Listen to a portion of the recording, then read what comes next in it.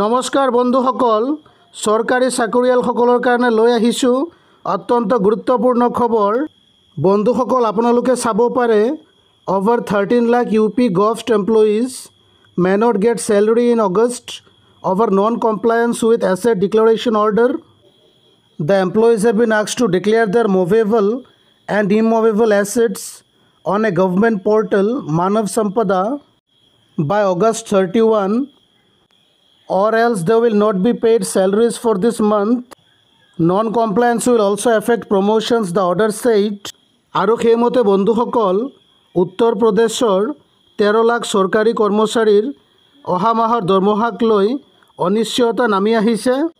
উত্তৰ প্ৰদেশৰ চৰকাৰে 13 লাখ চৰকাৰী কৰ্মচাৰীক স্থাবৰ আৰু অস্থাবৰ সম্পত্তিৰ হিচাপ দিবলৈ নিৰ্দেশ দিছে।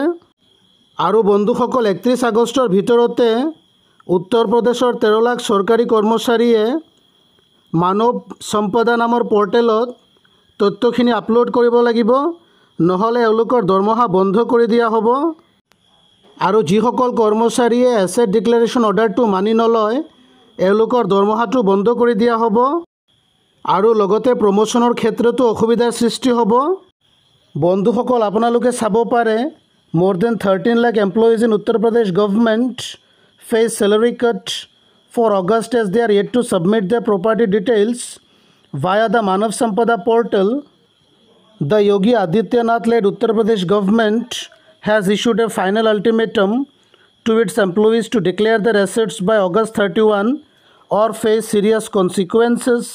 আৰু সেইমতে বন্ধুসকল, 13 লাখ চৰকাৰী কৰ্মচাৰীয়ে যদি উত্তৰ প্ৰদেশ চৰকাৰৰ অৰ্ডাৰটো মানি নলয় আৰু এছেট ডিক্লেয়াৰ নকৰে, তেতিয়ালৈকে এওঁলোকৰ দৰমহাটো ৰখাই দিয়া হ'ব।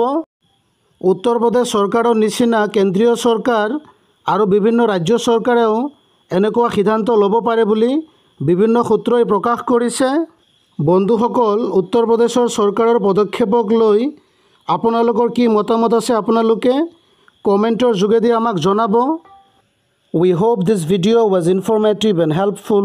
Thanks for watching the video.